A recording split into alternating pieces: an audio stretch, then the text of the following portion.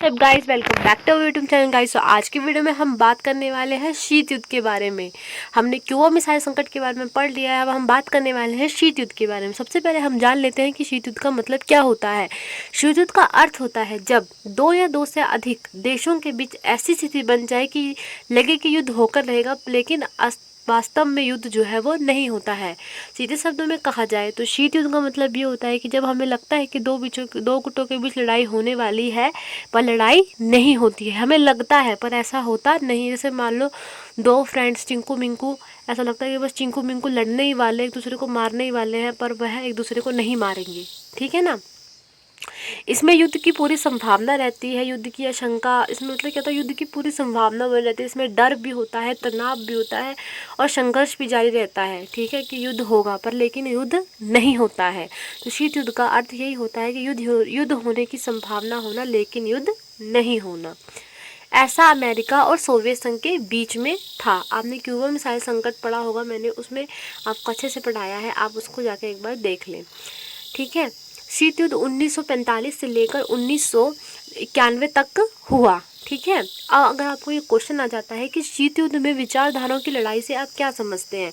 शीत युद्ध में विचारधारा कौन कौन सी विचारधारा थी, किसकी विचारधारा थी। तो शीत युद्ध में अमेरिका और सोवियत संघ की जो थी वो विचारधारा थी। ठीक है कि देश को जो है या तो पूंजीवाद होना चाहिए या तो साम्यवादी होना चाहिए। अमेरिका और सोवियत संघ के बीच विचारधारा की लड़ाई से मतलब है कि दुनिया ने आर्थिक सामाजिक कि मतलब इकोनॉमिकली भी सामाजिक भी जीवन को सूत्रबद्ध करने का सबसे अच्छा सिद्धांत कौन सा है, कि मतलब जीवन में सबसे अच्छा सिद्धांत कौन सा है, या पूंजीवाद है या पूंजीवाद है या तो साम्यवाद है। अमेरिका मानता था पूंजीवाद को, उनका ऐसा मानना था कि जो पूंजीवाद व्यवस्था है वो बहुत अच्छी है, पर सोवियत संघ मानता था कि जो साम्यवादी अर्थव्यवस्था है वो उससे ज़्यादा बेहतर है। अब मैं आपको बता दूं, पूंजीवाद होता है कि जिसमें सरकार का कोई हस्तक्षेप नहीं होता है, उसमें सब कुछ आपका अपना प्राइवेट होता है। ठीक है, समझे। व्यापार इसमें अधिक होता है और उसमें सबसे ज़्यादा निजी व्यवस्था होती है कि आप कुछ भी करो वो आपका प्राइवेट बात है। पर साम्यवाद क्या होता है, इसमें सारी व्यवस्था क्या होती है, सरकार के ऊपर होती है और निजी व्यवस्था का इसमें क्या होता है, विरोध होता है। तो अमेरिका के लोग, इन दोनों की यही विचारधारा थी कि जो मतलब जो वहाँ के लोग हैं उनको क्या होना चाहिए। अमेरिका ज़्यादा कि उनको पूंजीवादी होना चाहिए और सोवियत संघ ज़्यादा था कि उनको साम्यवादी होना चाहिए। तो ये थी इन दोनों के बीच की विचारधारा की लड़ाई। अब अगर बात आता है कि शीत युद्ध का कारण क्या था, तो दोनों महाशक्तियों दूसरे विश्व युद्ध के बाद दोनों जो महाशक्तियाँ थी वो दूसरे विश्व युद्ध के बाद एक दूसरे के सामने क्या थी, खड़ी हो गई थी। और वो ऐसा सोचते थे कि वो दोनों अपने आप को बड़ा दिखाना चाहते थे। यही कारण था कि नहीं हम बड़े हैं, हम बड़े थे। उनके बीच में वो हथियारों की होड़ शुरू हो गई कि जिसके पास ज़्यादा हथियार होंगे, जितने ताकतवर हथियार होंगे, वो महाशक्ति उतनी ज़्यादा ही ताकतवर होगी। और यही बात जो है शीत युद्ध का कारण जो है बनी। अब बात आती है कि प्रथम और दूसरा विश्व युद्ध कब हुआ। तो पहला विश्व युद्ध 1914 से 1918 के बीच में हुआ और दूसरा विश्व युद्ध आपका 1939 से लेकर 1945 तक हुआ। अब नेक्स्ट क्वेश्चन आता है आपका कि अमेरिका ने जापान पर परमाणु बम क्यों गिराया। तो इसका मतलब ये क्वेश्चन बहुत ज़्यादा इंपॉर्टेंट क्वेश्चन है। तो अमेरिका ने अगस्त 1945 में जापान के शहर हिरोशिमा और नागासाकी पर परमाणु बम गिराया और उन बमों का नाम क्या था, लिटिल बॉय और फैट मैन, उन बमों का नाम रखा था, गुप्त नाम। बमों की क्षमता कितनी थी, 15 से 21 किलो टन थी उन बमों की क्षमता, जो उन्होंने अमेरिका ने हिरोशिमा और नागासाकी पर गिराया था। और अमेरिका ने क्या कहा कि हमने ऐसा क्यों किया। ठीक है, हमने ऐसा क्यों किया, क्योंकि तो अमेरिका ने कहा हमने ऐसा क्यों किया, हम चाहते थे कि दूसरा विश्व युद्ध जो है वो जल्दी ख़त्म हो जाए, इसलिए हमने ऐसा जो है वो किया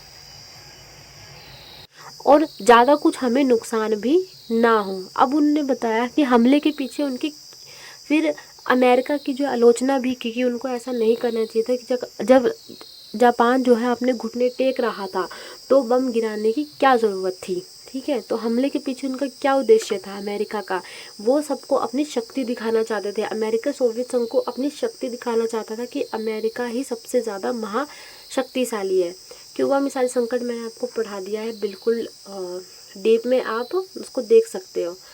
ठीक है, नेक्स्ट क्वेश्चन है, दोनों छोटे देशों के महाशक्तियों में जुड़ने से क्या लाभ है। तो पहली बात, तो छोटे महादेश अगर बड़ी महाशक्तियों के साथ जुड़ेंगे तो उनको सुरक्षा का फ़ायदा होगा, हथियार मिलेंगे उनको, और उनको आर्थिक मदद भी मिलेगी अगर वो बड़े देश के साथ जुड़ते हैं। अगर वो अमेरिका के साथ जुड़े या चाहे वो सोवियत संघ के साथ जुड़े तो उनको सुरक्षा मिलेगी और हथियार मिलेंगे और आर्थिक मदद भी मिलेगी। ठीक है, नेक्स्ट बात आती है कि आखिर महाशक्तियाँ क्यों छोटे देशों के साथ शामिल होना चाहती थी। तो देखो, सबसे पहले ज़रूरत की चीज़ें जैसे उनको खनिज तेल, तो जो उन छोटे छोटे देशों से जो है वो ले सकते थे। दूसरा, सैनिक अड्डे बनाने के लिए अगर हमला करना है तो वह उनके देश से दूसरे देश पे हमला कर सकते थे। ठीक है, जासूसी करने भी कर सकते थे। आर्थिक मदद से छोटे छोटे देशों की सेना को पैसा भी वह दे सकते थे। ठीक है, अब बात आती है कि शीत युद्ध के आखिर दायरे क्या क्या थे। तो विरोधी खेमों में बैठे देशों के बीच संकट के अवसर आए, युद्ध हुए, संभावना रही मगर कोई बड़ा युद्ध नहीं हुआ। कि मतलब जो विरोधी थे, जैसे चाहे अमेरिका थी चाहे सोवियत संघ था, दोनों देशों के बीच संकट आए।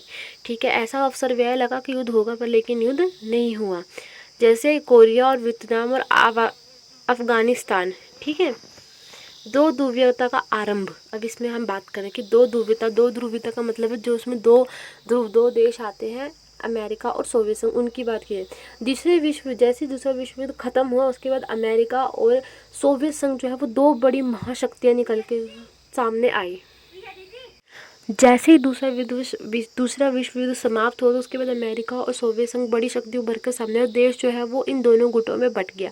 आधे लोग अमेरिका की तरफ हो गए और आधे लोग जो है वो सोवियत संघ की तरफ हो गए। तो विश्व जो है दो ध्रुवों में बट गया और इसी को दो ध्रुवीय कहा गया। बंटवारा सबसे पहले यूरोप महाद्वीप में हुआ। सबसे पहले बंटवारा कहाँ हुआ? यूरोप महाद्वीप में हुआ। पूर्वी यूरोप में सोवियत संघ था, जिसे दूसरी दुनिया कहा जाता है। दूसरी दुनिया किसको कहा जाता है? सोवियत संघ को। पश्चिमी यूरोप अमेरिका था, जिसको पहली दुनिया जो है वो कहा जा सकता है। ठीक, कहा जाता है। अब यह क्वेश्चन भी आ जाए कि पहली दुनिया कौन है, दूसरी दुनिया। तो पहली दुनिया है आपकी पश्चिमी यूरोप अमेरिका और दूसरी दुनिया है आपकी पूर्वी यूरोप सोवियत संघ।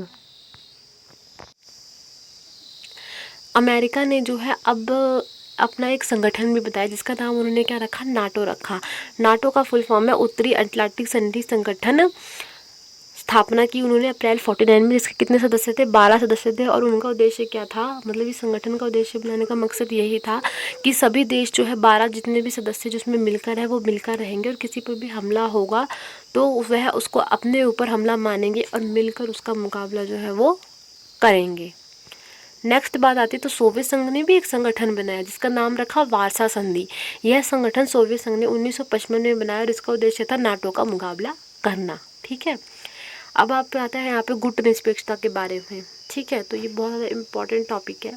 इस टॉपिक पे हम नेक्स्ट वीडियो में बात करेंगे। यहाँ पे हमने आपको शीत युद्ध के बारे में बता दिया, शीत युद्ध क्या था, इनकी संधि वगैरह बता दी।